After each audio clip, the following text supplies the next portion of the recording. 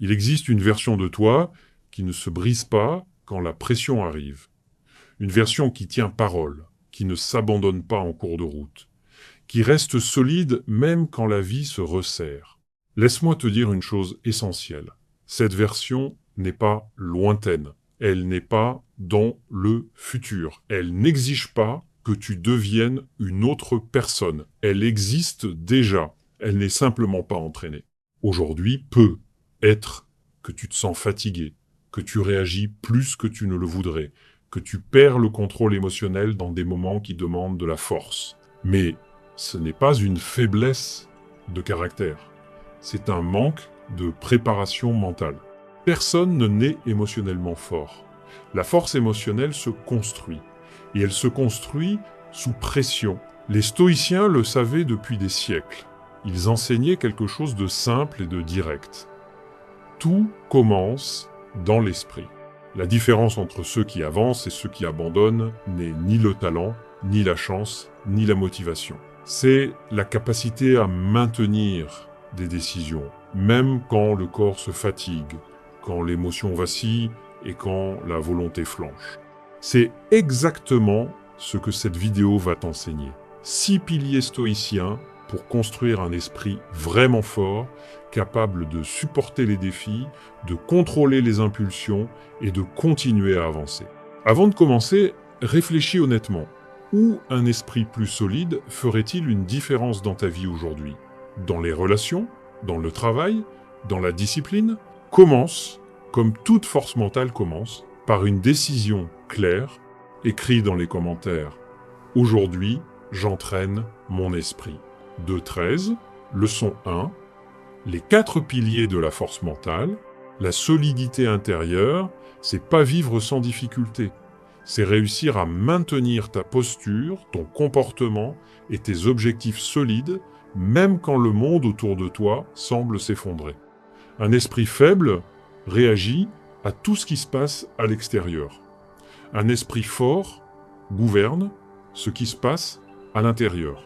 La différence entre quelqu'un d'émotionnellement fragile et quelqu'un de mentalement inébranlable repose sur 4 piliers invisibles que presque personne n'entraîne. La tolérance, la force, la résilience et l'adaptabilité. La tolérance, c'est ce que tu supportes avant de perdre le contrôle. Un commentaire négatif, une critique, celui qui a une faible tolérance explose, celui qui a une tolérance élevée observe avec calme et continue d'avancer. La force, c'est jusqu'où tu descends quand quelque chose de mauvais arrive. Une rupture, un licenciement. Un esprit faible se victimise. Un esprit fort ressent la douleur, mais ne la laisse pas le définir. La résilience, c'est le temps que tu mets à te relever. Une personne avec une faible résilience reste coincée pendant des mois. Une personne avec une forte résilience apprend et se tient debout rapidement. L'adaptabilité, c'est ce que tu fais après le coup. Certains deviennent amers et fermés, d'autres transforment la douleur en croissance. La force mentale n'est pas un don, elle se construit. Ces 4 piliers sont des muscles invisibles. Plus tu les entraînes, plus tu deviens résistant. À partir d'aujourd'hui, chaque difficulté cesse d'être une punition et devient un entraînement. Écris dans les commentaires, j'entraîne mon esprit tous les jours. 4, 20.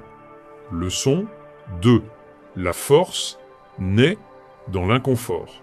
Quand la vie est légère, n'importe qui peut paraître fort. C'est facile de sourire quand tout va bien. Mais ce n'est pas de la force mentale, c'est du confort. La vraie force apparaît quand le sol disparaît. Quand une relation se termine et que le silence pèse. Quand tu perds ton emploi. Quand tu te trompes en public et que tu ressens de la honte. Quand les plans échouent et que tu te demandes si ça vaut la peine de continuer, c'est dans ces jours-là que l'esprit est mis à l'épreuve. La force mentale, c'est ressentir la tristesse, la peur, la frustration, et malgré tout, décider d'agir comme la personne que tu veux devenir, pas comme le chaos du moment voudrait que tu sois. C'est comme un navire dans la tempête. Les vagues frappent, le vent désoriente, mais le capitaine n'abandonne pas la barre. La tempête ne décide pas du destin du navire. Celui qui décide, c'est celui qui tient le contrôle. Viktor Frankl, survivant des camps de concentration, a montré que, même quand tout est retiré, il reste une chose, la manière dont tu choisis de répondre à la douleur. Il disait que, entre le stimulus et la réponse, il existe un espace. Dans cet espace se trouve notre pouvoir de choisir. La vie va te blesser, c'est inévitable. Ce qui n'est pas inévitable, c'est ce que tu deviens après. Qui es-tu quand tout va mal ? Tu te plains, tu te poses en victime, ou tu choisis d'agir comme ta meilleure version, même quand ça fait mal. Répète, je choisis d'être fort dans les jours difficiles. 6-10, leçon 3, change ta perspective. C'est pas ce qui t'arrive qui définit ta force mentale. C'est le sens que tu donnes à ce qui arrive. 2 personnes peuvent traverser la même douleur et partir dans des directions opposées. L'une grandit, l'autre se brise. La raison n'est jamais l'événement, c'est toujours l'interprétation. Des études sur les forces spéciales américaines ont montré que tous affrontent la même souffrance extrême. Mais certains en sortent plus forts, d'autres détruits. La différence n'était pas dans le corps ou le talent, elle était dans la manière dont chacun interprétait la douleur. Ceux qui voyaient le stress comme une injustice s'effondraient. Ceux qui voyaient la souffrance comme un entraînement devenaient plus résistants. Cette même dynamique se produit chaque jour dans ta vie. La pression au travail, les critiques, les erreurs, les rejets. Pour certains, c'est un traumatisme. Pour d'autres, c'est une force. Les stoïciens enseignaient que ce n'est pas l'événement qui te détruit, c'est le jugement que tu portes sur lui. Change le jugement, tu changes la réaction. Change la réaction, tu changes le comportement. Change le comportement, tu changes ta vie. Quand quelque chose tourne mal, si tu penses « je ne suis pas capable », ton esprit se referme. Si tu penses « cela m'entraîne pour quelque chose de plus grand », ton esprit se renforce. Les personnes mentalement fortes ne fuient pas la pression. Elles transforment la pression en carburant. Elles ne demandent pas « pourquoi ça m'arrive ?» Elles demandent « qu'est-ce que ça m'enseigne ?» Ce simple changement de question sépare ceux qui se brisent de ceux qui grandissent. Répète, je transforme la pression en force. 8, leçon 4. Celui qui choisit le difficile gouverne le facile. Il y a 2 types de personnes. Celles qui s'effondrent quand la pression arrive et celles qui restent solides. Non pas parce qu'elles ont eu une vie plus facile, mais parce qu'elles se sont préparées avant la tempête. La différence ne se trouve pas dans l'évitement des problèmes. Elle se trouve dans l'entraînement de l'esprit à ne pas se briser quand l'inconfort apparaît. Le chemin est simple, mais peu ont le courage de le suivre. Tu te portes volontaire pour la difficulté. Tu choisis de petites doses d'inconfort chaque jour, non pas pour te torturer, mais pour enseigner à ton esprit que la douleur ne commande pas, que la fatigue ne commande pas, que les excuses ne commandent pas. C'est toi qui commandes. Sénèque conseillait des périodes volontaires de simplicité extrême. Dormir sur un lit dur, manger peu, affronter le froid, pour se prouver qu'on peut supporter l'inconfort sans se briser. Marc Aurèle s'imposait un effort physique, non pas par amour de la souffrance, mais pour que quand l'instinct crie « arrête », ce soit l'esprit qui garde le contrôle. Tout est difficile. Être sédentaire est difficile. S'entraîner est difficile. Vivre dans le désordre est difficile. Construire la discipline est difficile. Être faible est difficile. Être fort est difficile. La vraie question n'est pas comment fuir la difficulté. La question est quelle difficulté vas-tu choisir ? Choisis une petite difficulté chaque jour et quand l'envie d'arrêter arrive, va juste un peu plus loin. Une répétition de plus, une page de plus, 5 minutes de plus. À chaque fois que tu fuis pas, ton esprit enregistre « je tiens, je fais ce que j'ai dit, je négocie pas quand ça devient difficile ». Si ces leçons résonnent en toi, abonne-toi à la chaîne, active la cloche pour ne rien manquer.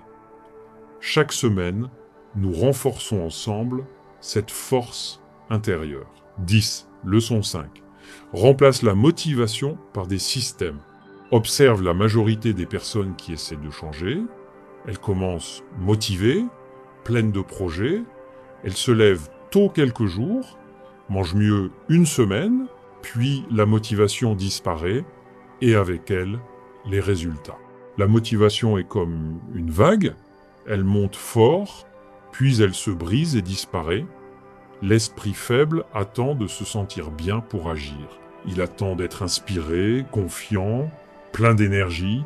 Pendant qu'il attend le moment parfait, la vie passe. L'esprit fort comprend quelque chose de simple. Il agit même quand il n'en a pas envie. Il ne négocie pas avec la fatigue, il ne discute pas avec la paresse. Mais attention, beaucoup essaient de tout résoudre avec la seule force de volonté. Je vais me forcer. Ça fonctionne quelques jours, puis tu t'épuises. Un esprit fort ne vit pas dans la force brute, il vit dans l'intelligence. C'est là que les systèmes entrent en jeu. Les stoïciens le savaient, on ne construit pas le caractère avec des explosions d'efforts, mais avec des pratiques quotidiennes, simples, répétées, avec discipline. Tu ne montes pas au niveau de tes objectifs, tu tombes au niveau de tes habitudes. C'est pas ce que tu désires qui change ta vie, c'est ce que tu fais tous les jours. Un système, c'est un ensemble d'actions petites, claires, répétées. Il retire l'émotion de l'équation. Tu ne demandes pas si tu en as envie.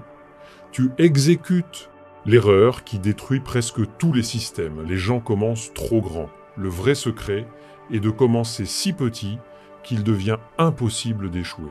5 minutes, une page, une action minimale. C'est comme allumer un feu.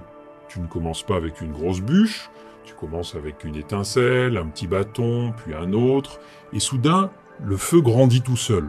Un esprit faible dépend de ce qu'il ressent. Un esprit fort construit des processus. Il ne demande pas « est-ce que j'en ai envie ?», il demande « quelle est la prochaine action ?» et il exécute.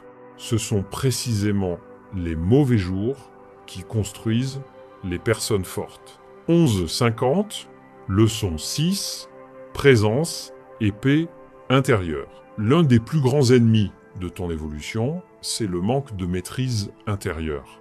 Les émotions qui montent, les pensées qui s'emballent, les impulsions qui surgissent avant même que tu puisses décider avec clarté. Tu veux agir avec calme, mais quand tu t'en rends compte, tu as déjà réagi en pilote automatique. Tu as dit ce que tu ne voulais pas dire. Tu t'es dispersé au lieu de faire ce que tu devais faire. C'est comme conduire une voiture puissante avec un volant cassé. Le moteur est fort, mais sans contrôle, tu finis toujours hors de la route. Un esprit faible et bruyant, il saute d'une émotion à l'autre, réagissant à tout. Un esprit fort et présent, stable, il ressent, mais il n'est pas commandé. Les stoïciens appelaient cela la tempérance. La capacité de créer un espace entre ce qui arrive et ta façon de réagir. C'est dans cet espace que naît la liberté. Marc Aurèle disait « Tu as du pouvoir sur ton esprit, pas sur les événements extérieurs. Prends-en conscience et tu trouveras la force. » Pense à tes émotions comme un verre d'eau qu'on agite. Tant que tu remues, tout est trouble. Quand tu t'arrêtes, l'eau se calme d'elle-même, la clarté revient. C'est ce que la présence fait à l'esprit. 3 habitudes simples construisent cette paix solide chaque jour. La première, c'est la méditation. Pas de mysticisme, rien de compliqué, juste se concentrer sur sa respiration. Inspirer, expirer. Une chose à la fois. Chaque fois que tu fais cela, tu entraînes le calme, la concentration, l'autocontrôle. La deuxième, c'est l'écriture. Quand les problèmes restent dans la tête, ils deviennent une avalanche émotionnelle. Quand tu les mets sur le papier, le chaos devient clarté. ce qui semblait énorme devient concret, organisable, résoluble. La troisième, c'est la respiration consciente tout au long de la journée, avant de réagir, avant de répondre, avant de décider. 3 respirations lentes et profondes, ce petit geste interrompt l'impulsion automatique et te rend le contrôle. Dès les premières semaines, tu commences à moins réagir et à davantage choisir. Le stress perd de sa force, les conflits diminuent, les décisions s'améliorent, la présence n'est pas de la passivité, c'est du pouvoir. C'est agir avec clarté, c'est choisir en conscience, c'est ne pas être esclave de ses propres émotions. 13-30. Conclusion. Devenir inébranlable. Tout ce que tu as travaillé dans cette vidéo construit une base que presque personne n'a aujourd'hui. Un esprit qui supporte la pression sans exploser, qui traverse les chutes sans abandonner, qui transforme la difficulté en apprentissage, qui agit avec clarté même quand l'émotion crie plus fort. Tu cesses de vivre dans l'improvisation émotionnelle. Tu gagnes une direction, du contrôle, de la constance. La force mentale que les stoïciens enseignaient, ce n'était pas vivre sans problème. C'était vivre préparé à n'importe quel problème. C'est exactement ce que tu construis maintenant. Un esprit entraîné à rester ferme quand la vie se resserre. Un esprit qui ne fuit pas l'inconfort, ne se perd pas dans la confusion, ne se brise pas sous la pression. À partir d'aujourd'hui, chaque défi cesse d'être une menace et devient un renforcement. Chaque situation difficile cesse de t'affaiblir et commence à te façonner. Alors, adopte cette nouvelle posture dès maintenant, laisse dans les commentaires « Je choisis d'agir avec calme et présence ». Parce qu'à chaque fois que tu gouvernes ton esprit au lieu d'être dominé par lui, tu cesses d'être fragile et tu commences à devenir réellement mentalement fort. Si ce contenu t'aide, mets un like, abonne-toi à la chaîne et suis-là pour continuer à apprendre des habitudes simples qui changent vraiment ta vie. Merci d'avoir regardé. À très bientôt pour une nouvelle étape de cette construction intérieure.